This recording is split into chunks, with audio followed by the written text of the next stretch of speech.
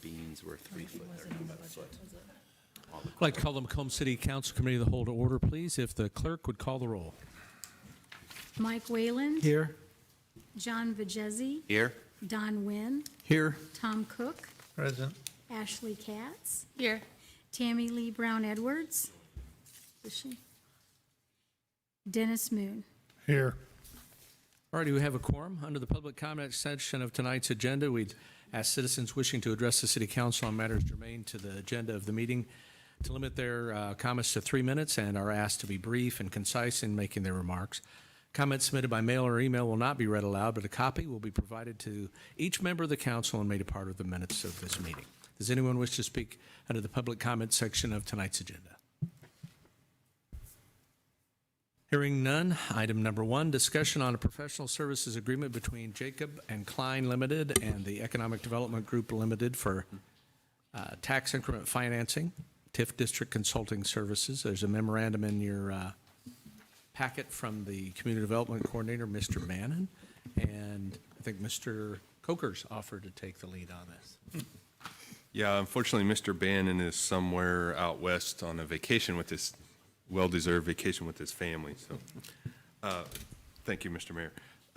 Yes, in front of you is a memo from John Bannon requesting permission to authorize we need to do now a resolution to have a contract with Jacob and Klein for TIF services for moving forward with a new TIF district.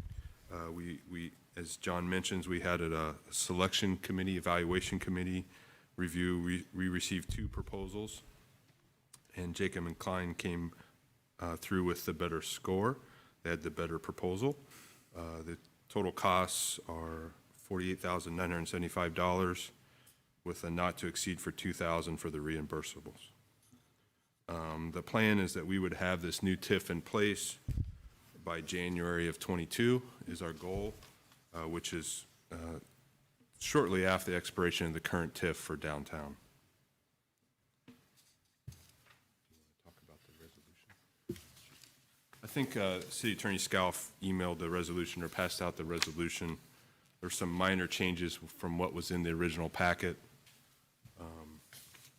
but entertain any questions. Any questions for Scott about it? I know that Mr. Klein is here from the group, if there's any particulars there. Alderman Moon. Is this pretty consistent with what we've paid in the past? I know there's inflationary values, but I do not know that. It was close to what the 2 proposals were close in dollar amounts. The 2 proposals we reviewed. So, from what I understand, that I feel that this is a reasonable dollar amount for the services we're asking for.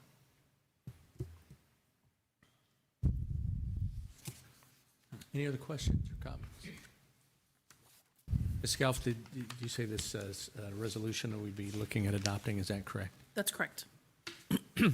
And you've provided a draft of that for the council's review, is that correct? Yes, as well as the updated proposed professional services agreement.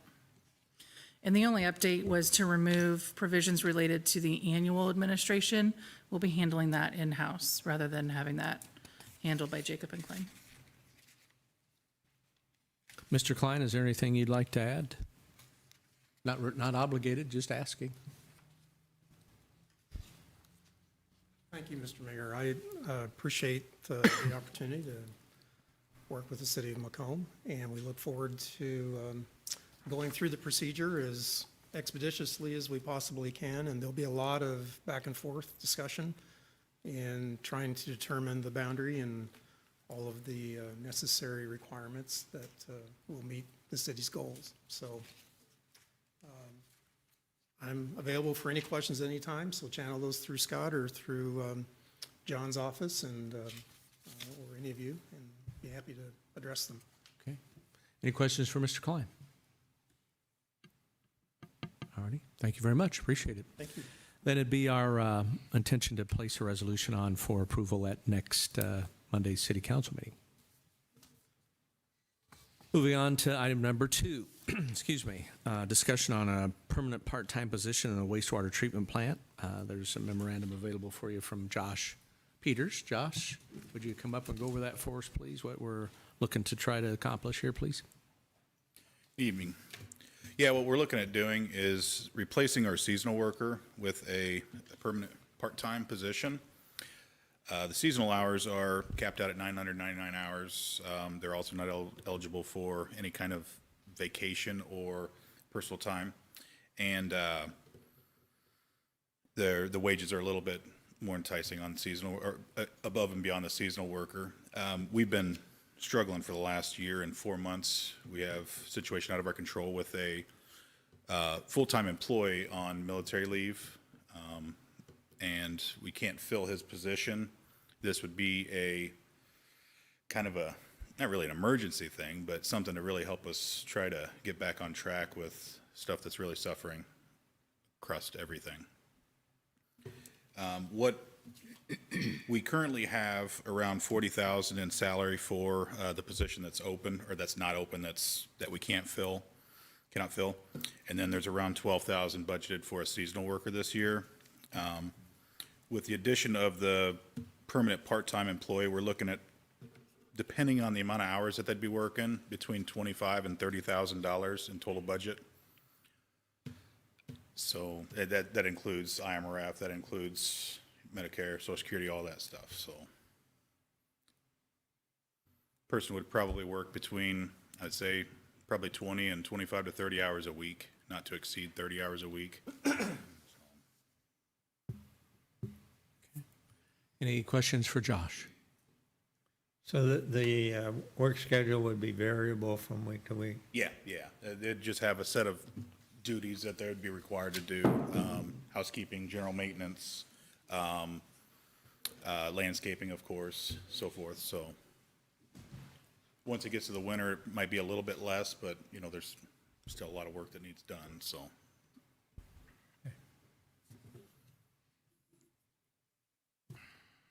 Okay. Anything else for Josh at all? All right. I guess I will add as well that, you know, this would just be for this fiscal year until May of 2022. And then at that time, when we start budgeting, look at actually having it as a budgeted item, having a permanent part-time there instead of a seasonal worker, and maybe somebody will stay there for years. You know, the seasonal worker kind of handcuffs us a little bit in the fact that once they get to 999 hours, they have to wait a full 365 days from the day that they're hired. So that kind of hurts us a little bit as well, especially if we want to retain somebody and keep them there. So this way would possibly keep somebody around year round. Okay, very good. Alderman Moon. I appreciate your predicament. I think it's pretty much citywide, Yeah.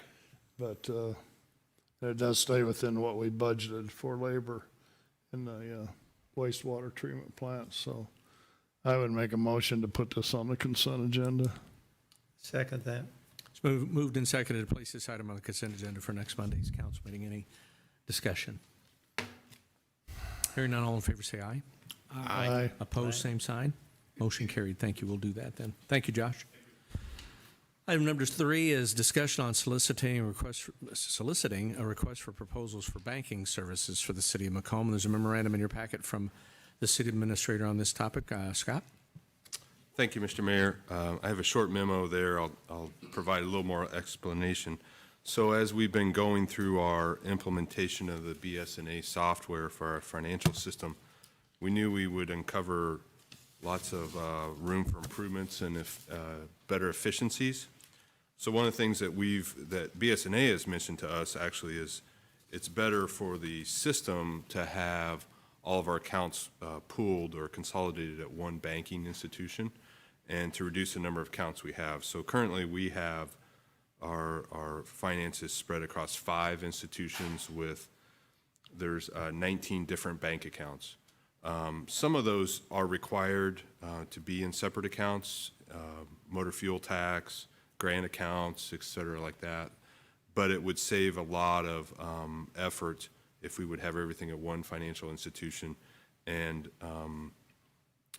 reduce, currently there are several checks that are through the month to transfer money between accounts at different banks. So there's a paper check that comes through the mayor and the clerk sign transfer money between accounts.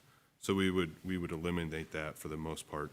And then also it's time, I feel, to put out a request to get the best deal that we can. It hasn't been done for several years for our banking services for the city. So the proposal is that we'd ask for final permission next week at the council meeting, and then we would put out a request for proposal to the banking institutions in the city to consolidate all of our accounts.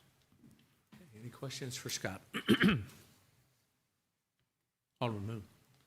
Do we run into the insurable amount problem with, So FDIC, I believe, goes up to 250,000.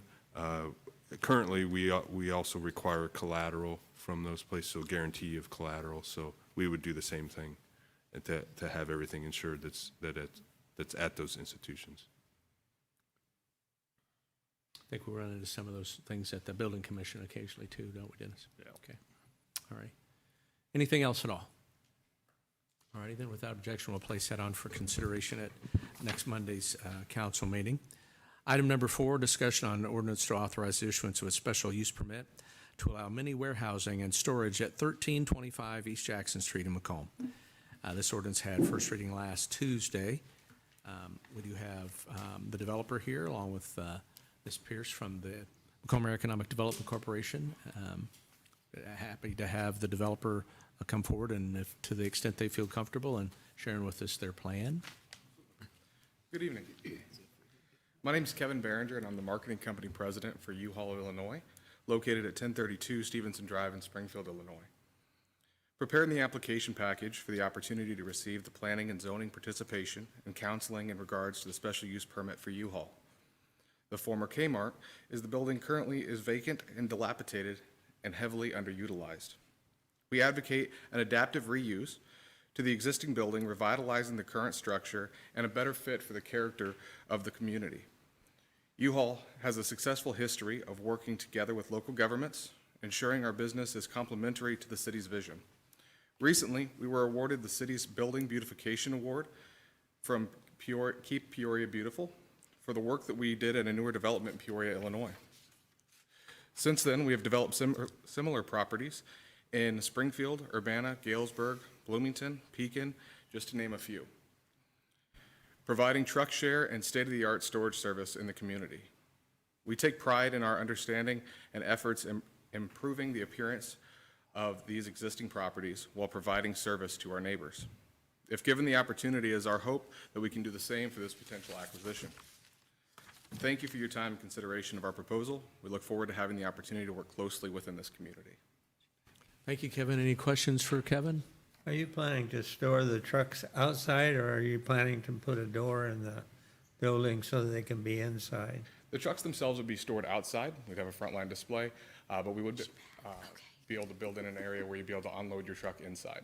Okay. Alderman Vichesi. Just as a quick side note, I was actually in Galesburg this past weekend. I did see over at the old mall over there, I was able to see what you guys had done over there. I wanted to go up there and kind of take a look at it. The outside of the building looks very nice. I'm excited that we can utilize the building that's right now being underutilized and be able to bring some more business back into Macomb. So thank you for taking the time to put this together. Anyone else? Mr. Behringer, I would just ask, so this is a combination of what I would say maybe is a traditional U-Haul operation where you come, rent a vehicle, but you're also having indoor climate-controlled storage, is that correct? Yes, that is. Okay, how many units do you anticipate having? It varies based upon the size once we get into there. This location would be anywhere between 3 to 5 would be my understanding at the time. And then there's also a retail component as well, is that right? Absolutely, absolutely. So we sell everything from moving boxes, tape, stretch wrap, anything that you would need for your moving needs during that time. And then we also provide a hitch component as well, where we can install hitches for the area around here that may be able to move trailers and things like that. We can install those for them. Okay, very good. All right. Thank you, sir. Appreciate it. Ms. Pierce, did you have anything for us? Your Honor. So thank you. I am Kim Pierce. I'm the Executive Director for Macomb Economic Development. And just a little bit of history on the U-Haul project is Aaron Freeman actually addressed me in 2018 about bringing U-Haul into our community. And at that time, he was very interested in the Kmart building. today it's 2021, the Kmart building is in the same state of repair, if not worse than what it was in 2018. And in part because the owners of that have a very short due diligence period for anyone that's interested in that property to do any kind of development, commercial, retail. So I applaud Aaron and the U-Haul group because they're sticking it out. They came back, which a lot of my projects will do that. I should call them all boomerang because we will always see some of these projects that we work on. They might kind of go into cricket mode for a while, but they eventually do come back to Macomb. So I'm looking forward to working with them to see this property redeveloped. I will tell you, we've had a lot of interest in it, but it's all gone nowhere because of the due diligence. And Aaron and his group are dedicated to try to work through that, which is one of the reasons they expedited the special use permit. So with that said, you know, it's probably a little north of $200 million investment in our community. 2 million. Did I say 200 million? You did. Whoa. I think he would have corrected Big you. expectations for that. 2 million. And of course, probably full-time equivalent jobs around 10 people, give or take. And we're looking forward to seeing activity out there because it will only behoove more activity for us as a community and catch the attention of other retailers and commercial use. I will tell you that I have seen a couple of the facade renderings of the new, especially I think he shared back with me in 2018 was in Peoria. It looks really nice. So we should expect nothing but the same from us for moving forward in Macomb. So does anybody have any questions for me as far as the economic development side? We wholeheartedly supported the Planning Commission on moving this forward, so we say the same thing for the council. Okay, thanks. Thank you, Kim. Alderman Brown Edwards. Yes, thank you, Your Honor. I do have a question for the developers. Okay. A couple of questions, please. Yes. Yes, first, my question, I'll just give them to you all at once so you can address them as you see fit. I have a question about your pest control policy or how you mitigate issues. And I wanted to also know what are you have a couple other facilities. So what is usually the average, the percentage average of the occupancy you usually have? Like, you know, is it usually 70% full? I know those type of things fluctuate, but I was hoping you could give me a number on that. And then lastly, when is your anticipation date of completion? Thank you. Absolutely. So currently what we'd be dealing with is, as far as the pest control goes, is that we have a standard program within our policies and procedures for our employees that they go around, they manage the pests and the vermin there.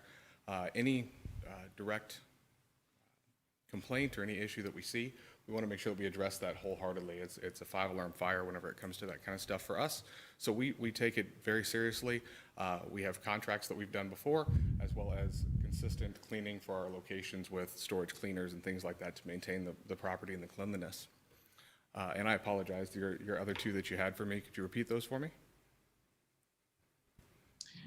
What is your average percentage of occupancy and when do you hope to complete the project? So the average occupancy can really vary depending upon the location. Currently inside of Illinois, we are filling up really fast. That's why we want to continue to grow.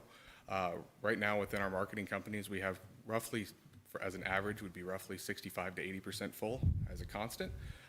Depending upon the season, that can go up and go down. But it's on an average anywhere between 65 to 80.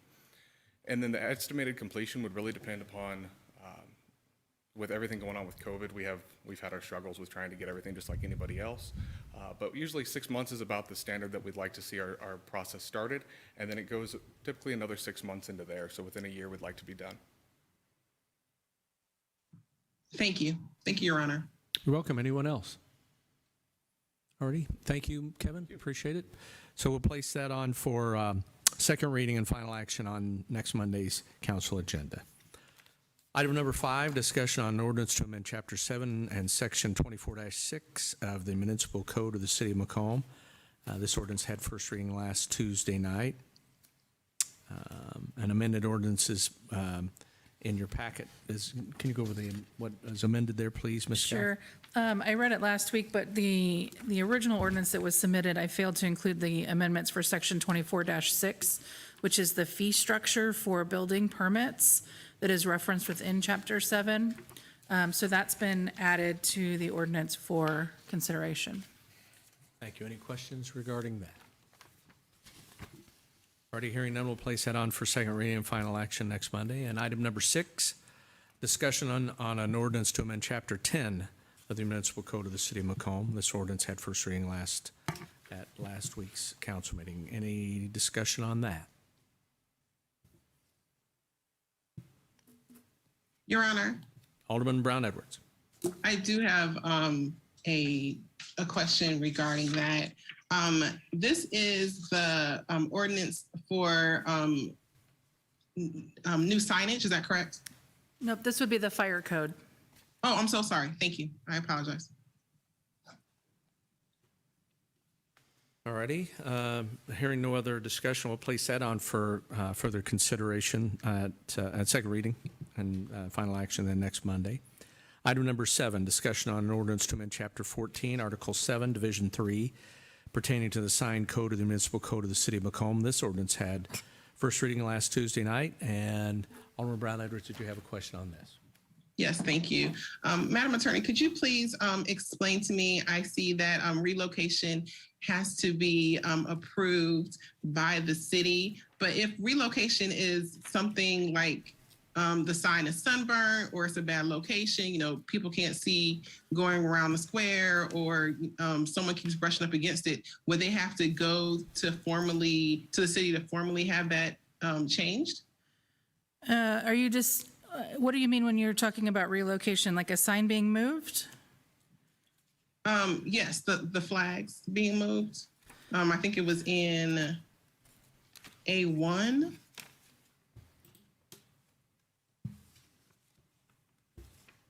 Yeah, so that's correct. The Office of Community Development would still need to ensure that the location of the sign was appropriate and that there was no issues with traffic flow and traffic patterns and visibility. Okay, and then my second question for that is, can you explain what precipitated this question? Why was this, I'm sorry, excuse me, why were business owners asking for this to be included? So our code as it currently stands does not permit any type of feather flag that moves, and I think the terminology is undulates and waves. And there were businesses that were requesting the use of those signs. A number of businesses, from my understanding and talking with Mr. Bannon. And so we took that to Planning Commission, and Planning Commission recommended a code amendment to permit the use of those flags. Thank you. Nothing further, Your Honor. Anyone else have any questions regarding Article 17, Chapter 17, Article 7, Division 3? Alderman Moon. So if I understand this right, they'll be able to put feathered flags up around the square? Those are going to be a little bit different because they're in our right-of-way. So they wouldn't technically have frontage per se. So what's going on with them in the downtown area? I mean, are we allowing them or are we not allowing? I'll be honest with you, we did not discuss allowing those in the downtown area. Oh, I thought I read in there that they were, sorry. And Well, I was concerned about how they were gonna fix them. correct, Really? Wouldn't appreciate holes being drilled in new concrete. agreed. Following that line, would it be possible if someone had like a base mounted with a spring that would allow that undulation that you're talking about? They do have a variation that does have a heavy base as opposed to something in the ground.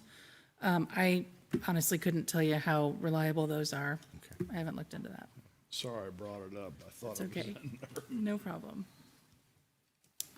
Alrighty, any other discussion? Hearing none, we'll place that on for second reading and final action at next Monday's council meeting. I don't believe there's any other agenda items. I would like to make an announcement and share some information with you and the general public. We were given information that Summer Health Fair is being sponsored by the Housing Authority of McDonough County coming up this Friday, the 16th. That's from 11 to 1 p.m., 11 a.m. to 1 p.m. at Prairie View Townhomes at 425 North Prairie Avenue. And then again, the following Friday, 2 weeks after that. So it's Friday the 16th and Friday the 30th. The event on the 16th will be at Prairie View. The event on the 30th is at Eisenhower Tower, both days, 11 a.m. to 1 p.m. Over 30 healthcare and service agency folks will be in attendance. Anything from school and sport physicals, hearings and speech screening, lead screening for children 0 to 5, blood pressure, vision, job opportunities, a whole host of opportunities there. And I think maybe there might even be a fire truck from the fire department for static display for folks to get on and learn a little bit about, as well as some of our police officers. So that's Friday the 16th and Friday the 30th at the health department, at the Housing Authority facilities on Prairie View Homes and at Eisenhower Tower. I would like to call a executive session to consider information relative to collective bargaining matters between the public body and its employees or representatives, or deliberations concerning salary schedules for one or more classes of employees pursuant to Section 2C2 of the Open Meetings Act. Motion to go to executive session? Second. It's been moved and seconded to go into executive session. Any discussion? Hearing none, roll call, please.